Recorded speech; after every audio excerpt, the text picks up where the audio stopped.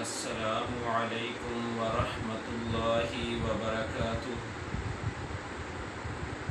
نحمده ونسلم على رسوله الكريم اما بعد فإن خير الحديث كتاب الله وخير الهدي هدي محمد صلى الله عليه وسلم وشر الأمور محدثاتها وكل محدثة بدعة وكل بدعة ضلالة وكل ضلالة في النار. أعوذ بالله من الشيطان الرجيم. بسم الله الرحمن الرحيم. رب اشرح لي صدري ويسر لي أمري واحلل عقدة من لساني يفقهوا قولي.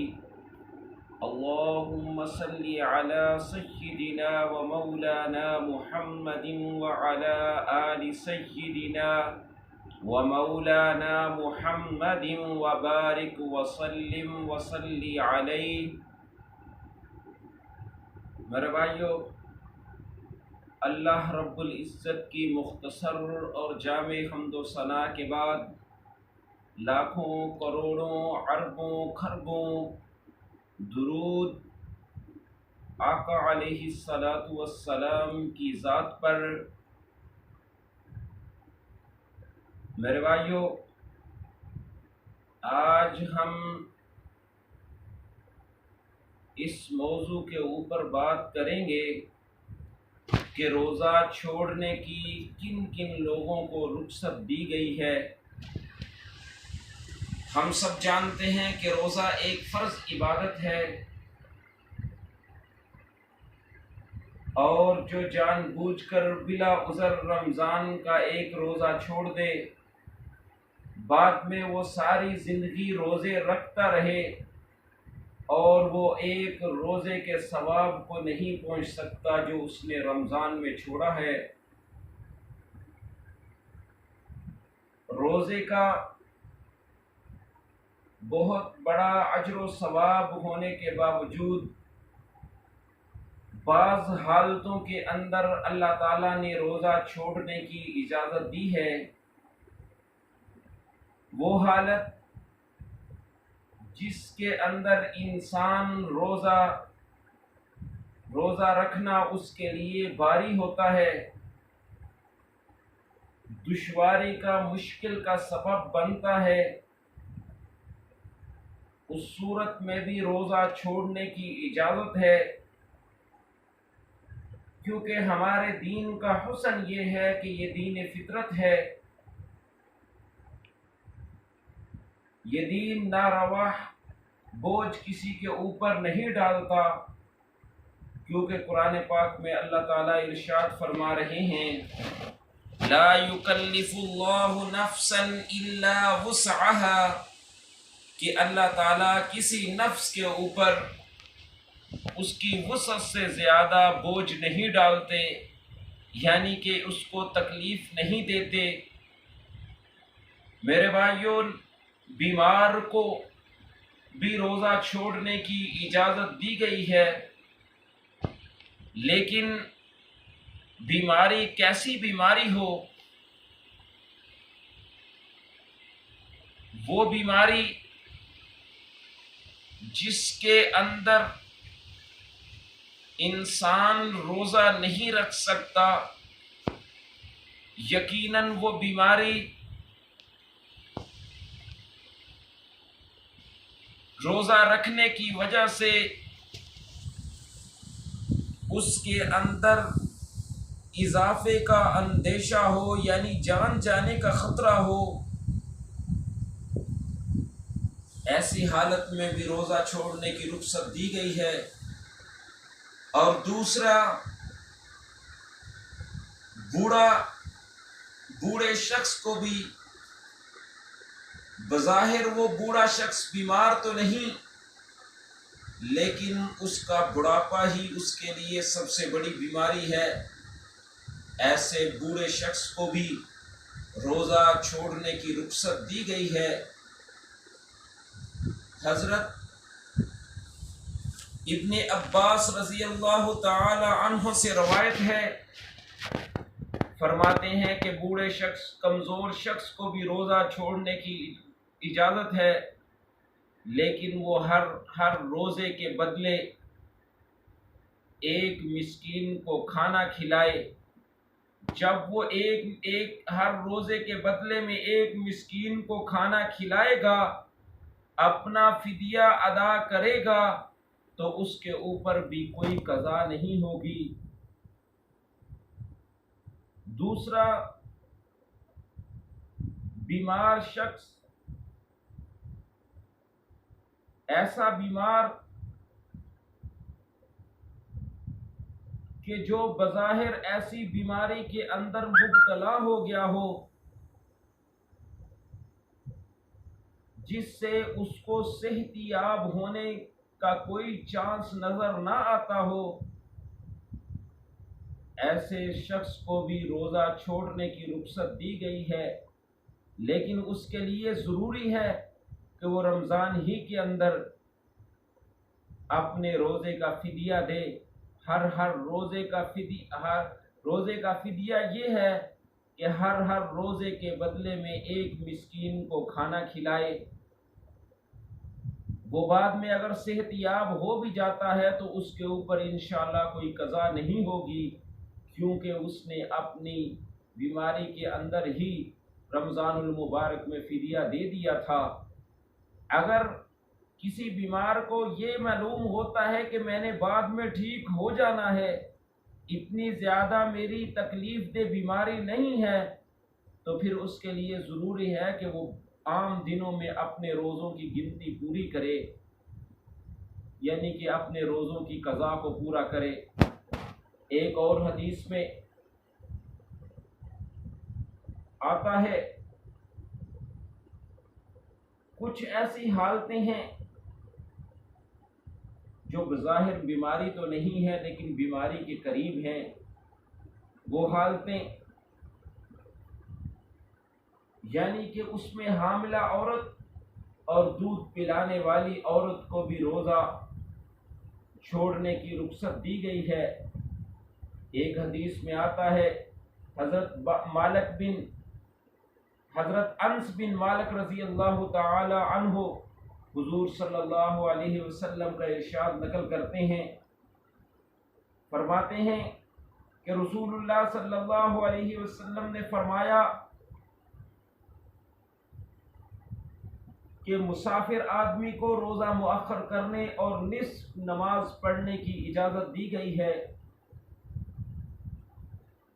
اور حاملہ عورت اور دودھ پلانے والی عورت کو بھی روزہ مؤخر کرنے کی اجازت دی گئی ہے، لیکن وہ عام دنوں میں ان کے لیے ضروری ہے کہ وہ اپنے روزے کی قضا پوری کرے، اپنے عام دنوں میں روزے رکھیں۔ اور حیضہ عورت یعنی اس کے لیے بھی ضروری ہے کہ وہ ان ایام کے اندر روزے نہ رکھے، بعد میں اپنے روزوں کی قضا پوری کرے۔ میرے بھائیو، دوسری روایت میں حضرت عائشہ رضی اللہ تعالی عنہ روایت کرتی ہیں کہ حضرت حمزہ بن عمر اسلمی رضی اللہ تعالی عنہ حضور صلی اللہ علیہ وسلم سے انہوں نے پوچھا کہ کیا میں سفر میں روزہ رکھوں یا چھوڑ دوں؟ حالانکہ اس صحابی کے بارے میں آتا ہے کہ وہ کثرت سے روزے رکھا کرتے تھے، تو حضور صلی اللہ علیہ وسلم نے فرمایا تیری مرضی، چاہے تو روزہ رکھ یا نہ رکھ، یعنی کہ اس کے اندر چوائس دی گئی ہے، یہ اجازت دی گئی ہے کہ اگر آپ استطاعت رکھتے ہیں، طاقت رکھتے ہیں روزہ رکھنے کی سفر کے اندر، تو آپ روزہ رکھ سکتے ہیں، ورنہ چھوڑنے کی رخصت دی گئی ہے۔ صحابہ رضی اللہ تعالی عنہ کے طرز عمل سے یہ ہمیں ملتا ہے کہ بعض روزہ رکھتے دوران سفر اور بعض نہ رکھتے، اور جو روزہ رکھتے وہ روزہ نہ رکھنے والوں کے اوپر کوئی اعتراض نہیں کیا کرتے تھے، کوئی عیب نہیں لگایا کرتے تھے، کیوں کہ دوران سفر روزہ رکھنا یا نہ رکھنا یہ دونوں درست حالتیں ہیں، اس کی رخصت دی گئی ہے۔ اور میرے بھائیوں، صحیح مسلم کی روایت ہے، حضرت ابو سعید خدری رضی اللہ تعالی عنہ روایت کرتے ہیں، فرماتے ہیں کہ ایک دفعہ 16ویں روزے کے اندر ہم آپ صلی اللہ علیہ وسلم کے ساتھ جہاد کے لیے نکلے۔ جب ہم جہاد کے لیے نکلے، ہمارے اندر کچھ لوگوں نے روزہ رکھا اور کچھ نے نہ رکھا، اور جنہوں نے رکھا انہوں نے نہ رکھنے والوں کے اوپر کوئی اعتراض نہیں کیا۔ کیوں؟ نہ رکھنے والے اور رکھنے والے دونوں درست تھے، کیونکہ آپ صلی اللہ علیہ وسلم نے ایک صحابی کو کہا کہ روزہ سفر میں چاہے تم رکھو چاہے نہ رکھو، اگر تم استطاعت رکھتے ہو تو پھر روزہ رکھ لو، ورنہ روزہ چھوڑنے کی رخصت دی گئی ہے۔ تو میرے بھائیوں، ایک دفعہ آپ صلی اللہ علیہ وسلم نے رمضان کے اندر مکہ کا سفر فرمایا۔ اس روایت کو نقل کرنے والے حضرت عبداللہ ابن عباس ہیں۔ وہ فرماتے ہیں کہ جب رمضان المبارک میں حضور صلی اللہ علیہ وسلم نے مکہ کا سفر فرمایا، جب مقام قدیم پر پہنچے تو آپ صلی اللہ علیہ وسلم نے روزہ افطار کر دیا، باقی لوگوں نے بھی ایسا کیا۔ تو اس سے پتہ چلتا ہے کہ اگر کوئی شخص روزہ رکھ کے سفر کے لیے نکلے اور وہ روزہ نہ نبھا سکے تو اس کو چاہیے کہ وہ افطار کر دے اور باقی دنوں میں اس کی قضا پوری کر لے۔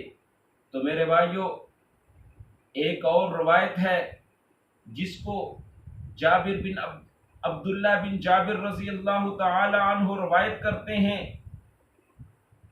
فرماتے ہیں کہ دوران سفر آپ صلی اللہ علیہ وسلم نے ایک ہجوم دیکھا۔ ہجوم کے اندر ایک شخص کے اوپر لوگ سایہ کیے ہوئے ہیں، تو فرمایا کیا مسئلہ ہے؟ تو لوگ کہنے لگے یہ شخص روزہ دار ہے، اس لیے اس کے اوپر ہم نے سایہ کیا ہوا ہے۔ تو آپ صلی اللہ علیہ وسلم نے فرمایا کہ روزہ سفر میں رکھنا کوئی نیکی نہیں ہے، یعنی اپنے آپ کو مشقت کے اندر ڈال کر روزہ رکھنا نیکی کے اندر اضافہ نہیں کرتا۔ کیوں کہ اللہ تعالیٰ نے روزہ چھوڑنے کی سفر کے اندر اجازت دی ہے۔ میرے بھائیوں، حدیث میں آتا ہے کہ اللہ تعالیٰ جس طرح اپنے بندوں کے لیے پابندیوں کو قبول کرتے ہیں، اسی طرح اللہ تعالیٰ نے وہ چیزیں جو اللہ تعالیٰ نے ہمیں جن سے رخصت دی ہے، ان چیزوں کو بھی اپنے بندوں کے لیے پسند کرتے ہیں کہ وہ میرے بندے ایسی رخصت جو دین کے اندر اللہ نے احکامات کے اندر دی ہے ان سے فائدہ اٹھائیں۔ تو میرے بھائیوں، ہمیں اپنے آپ کو مشقت میں نہیں ڈالنا چاہیے، ہمیں اپنے آپ کو تکلیف میں نہیں ڈالنا چاہیے۔ جن کاموں کے اندر اللہ تعالیٰ نے ہمیں رخصت دی ہے ان کا ہمیں فائدہ اٹھانا چاہیے۔ کیوں کہ اللہ تعالیٰ ایک روایت میں آتا ہے کہ یہ دین فطرت ہے، یہ کسی کے اوپر ناروا بوجھ نہیں ڈالتا۔ اور قرآن پاک میں بھی اللہ تعالیٰ یہ ارشاد فرما رہے ہیں، لا یکلف اللہ نفسا الا وسعها، جیسے میں نے پہلے بتایا کہ اللہ تعالیٰ کسی نفس کے اوپر اس کی وسعت سے زیادہ بوجھ نہیں ڈالتے۔ تو میرے بھائیوں، جو ہم نے روایتیں پڑھی ہیں، جو ہم نے آج کے درس کے اندر سبق پڑھا ہے، اللہ تعالیٰ ان پر عمل کرنے کی توفیق عطا فرمائے۔ جو کہا گیا سنا گیا اللہ تعالیٰ اس پر عمل کرنے کی توفیق عطا فرمائے۔ اللہ تعالیٰ ہمیں 100% دین کے اوپر چلنے کی توفیق عطا فرمائے۔ عمل سے زندگی بنتی ہے، جنت بھی جہنم بھی، یہ خاکی اپنی فطرت میں نہ نوری ہے نہ ناری ہے۔ اللہ میرا اور آپ کی حامی و ناصر ہو۔ وآخر دعوانا ان الحمد للہ رب العالمین۔